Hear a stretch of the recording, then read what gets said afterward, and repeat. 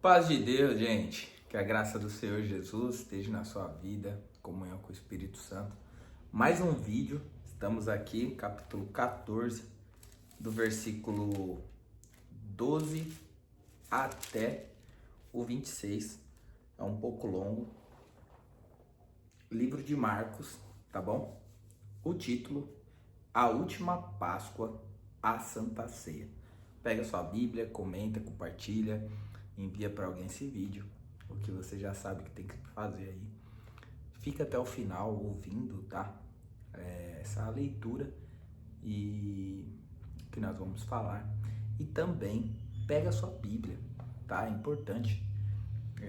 Faz esse compromisso com você, de você abrir sua Bíblia e acompanhar a leitura para você criar o hábito de ler a palavra, tá bom? Então vamos lá. Compartilha esse vídeo, tá? Se inscreva aí no canal. Vamos junto, em nome do Senhor Jesus. A última Páscoa, a Santa Ceia. E no primeiro dia dos pães asmos, quando sacrificavam a Páscoa, disseram-lhe os discípulos: Onde queres que vamos fazer os preparativos para comer a Páscoa? E enviou 2 dos seus discípulos e disse-lhe: Ide à cidade, e um homem que leva um cântaro d'água vos encontrará. Segui-o. E onde quer que entrar, dizei ao senhor da casa: O mestre diz: Onde está o aposento em que hei de comer a Páscoa com os meus discípulos? E ele vos mostrará um grande cenáculo mobiliado e preparado. Preparai-a ali. E saindo seus discípulos foram à cidade, e acharam como lhe tinha dito, e prepararam a Páscoa. E, chegada a tarde, foi com os 12.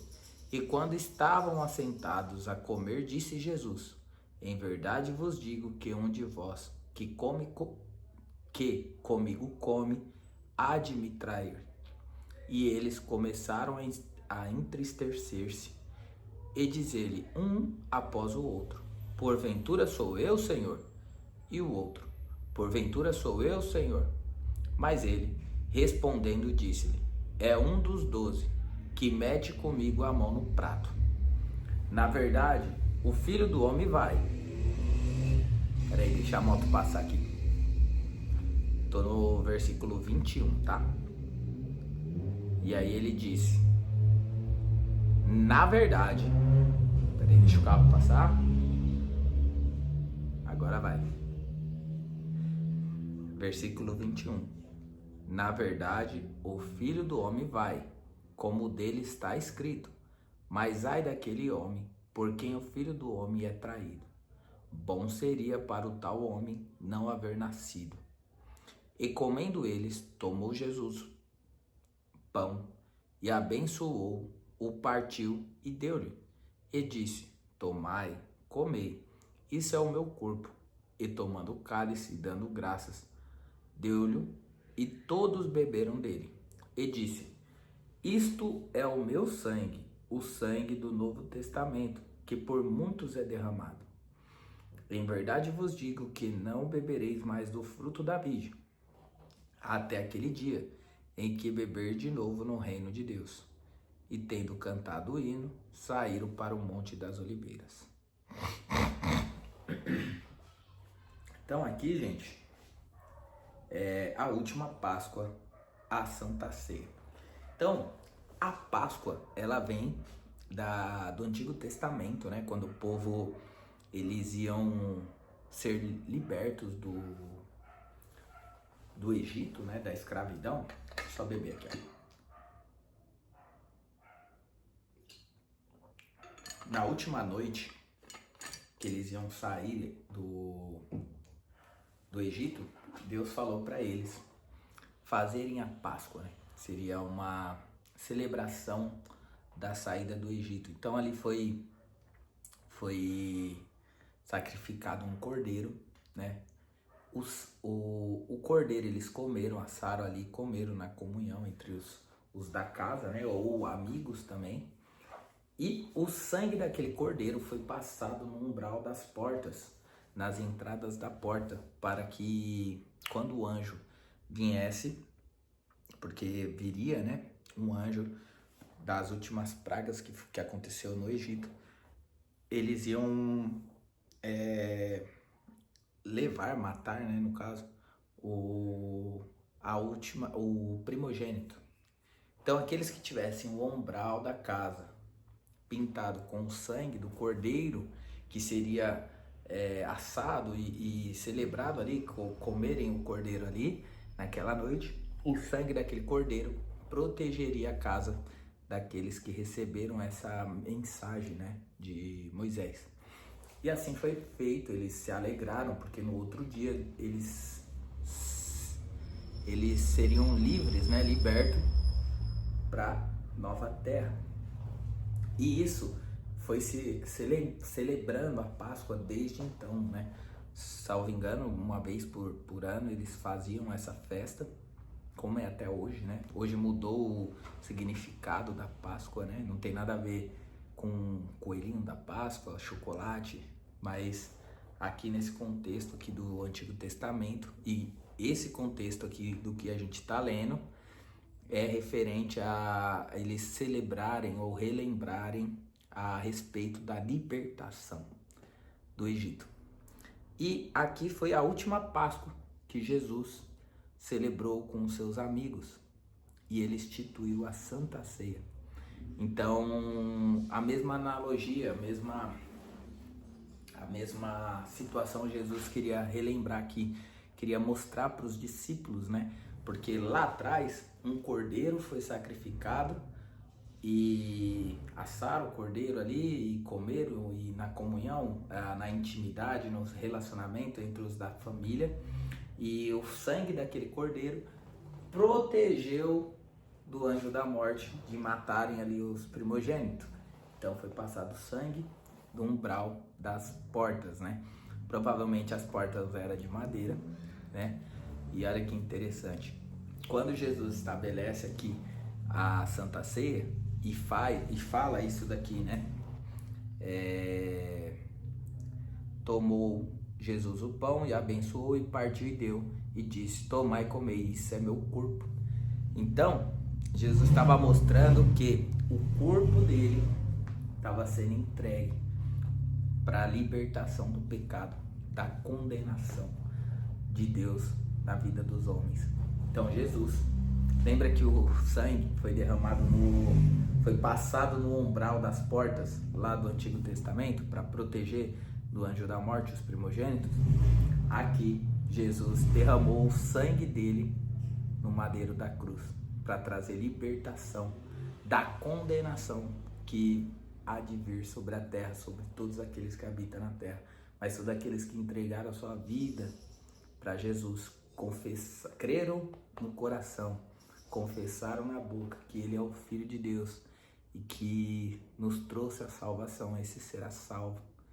Então, olha que interessante, Jesus se deu como um cordeiro inocente, não tinha culpa de nada, mas Ele se entregou para que eu e você recebesse libertação. Deixa eu tomar uma água aqui, gente.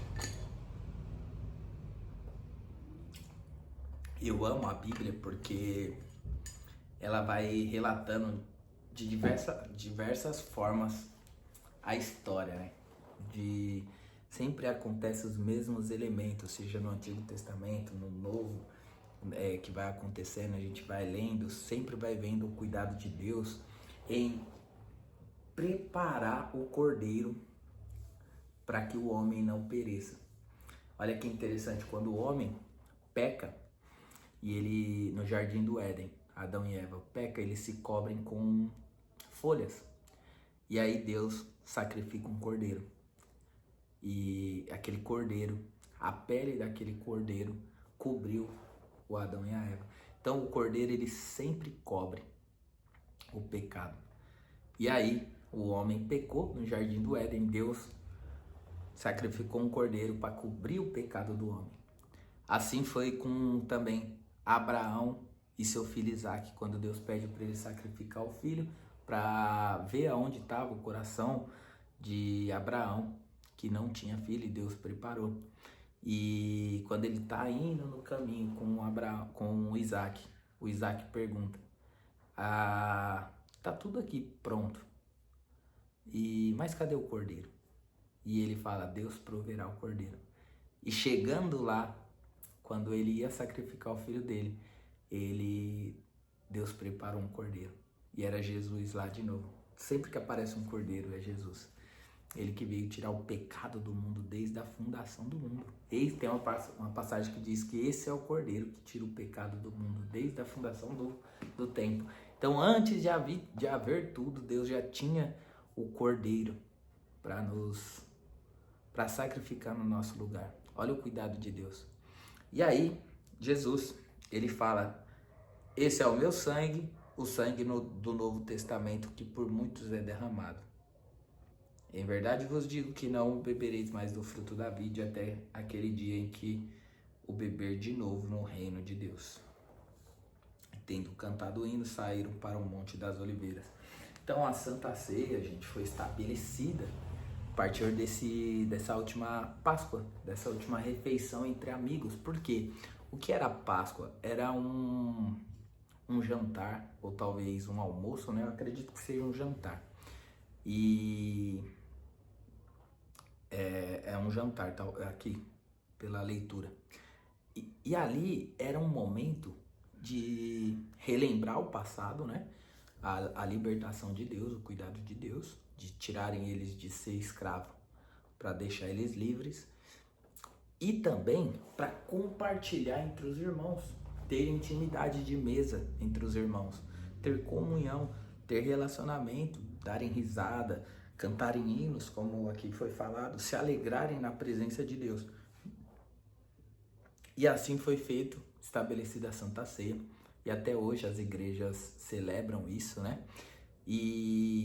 Só que muitos só pensam que a Santa Ceia é uma comunhão entre Deus e a igreja.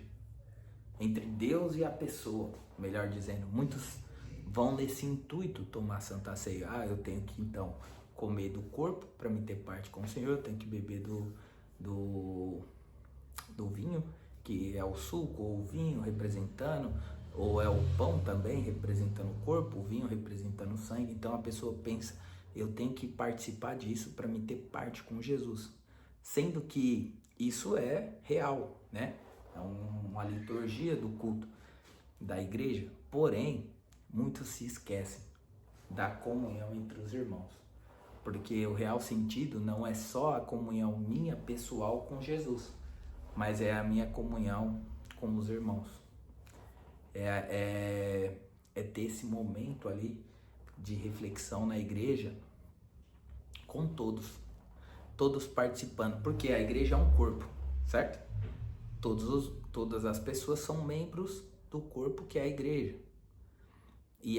Então é a comunhão da igreja, das pessoas, dos membros, de todos os irmãos e irmãs, com comunhão entre os irmãos, tendo comunhão com Cristo. E muitos se esquecem desse fundamento, do que é a Santa Ceia, do que é a comunhão da igreja com Cristo. E fica, no final das contas, vira a comunhão dos membros com Cristo, individual. Isso está errado. Se você toma a Santa Ceia na sua igreja, pensando só em você, na sua comunhão com Deus, e esquece de estar com a igreja, todos unidos ali, no mesmo sentimento, na mesma comunhão, você está tomando errado. E isso é preocupante. Então, que esse vídeo venha te trazer esse despertar para o real sentido da comunhão de Cristo com a igreja, e com a igreja completa, com ela completa, um corpo bem ajustado, todos os membros unidos na mesma comunhão com Cristo, que é a cabeça da igreja. Faz sentido esse vídeo? Se faltou eu falar alguma coisa, deixa um comentário aí. Eu amo ler as escrituras, não sou especialista, mas sou um curioso. que gosta de aprender da palavra, porque a palavra é um manual da Bíblia, é um manual da vida. A palavra é um manual da vida. E não é que você vai ter contato com a palavra, com Deus, que sua vida vai ser boa 100%. Mas quando aparecer as dificuldades da vida, a palavra ela vai te iluminar nas decisões que você tem que tomar, como você tem que se comportar, como você tem que reagir. Essa é a importância de usar esse manual. Muitos querem contato com Deus para melhorar em todos os aspectos da vida. Esse é o foco da pessoa. E isso tá errado. Porque o foco é você se chegar a Deus para conhecer Ele, aprender o que Ele gosta, o que Ele não gosta. E você se moldando de acordo com a palavra. Porque dessa maneira, como bônus, a sua vida fica mais leve. Não como um objetivo final, mas como um bônus. De você ser salvo, de você ter paz, de você ter entendimento, de você ter sabedoria, clareza para lidar com os problemas da vida. Esse é o benefício de conhecer a palavra, de congregar, de se achegar, de estar na presença de Deus. Espero que essa mensagem venha fazer sentido para você e que Deus abençoe sua vida. Compartilha com alguém esse vídeo. Tamo junto. Deixa um comentário aí.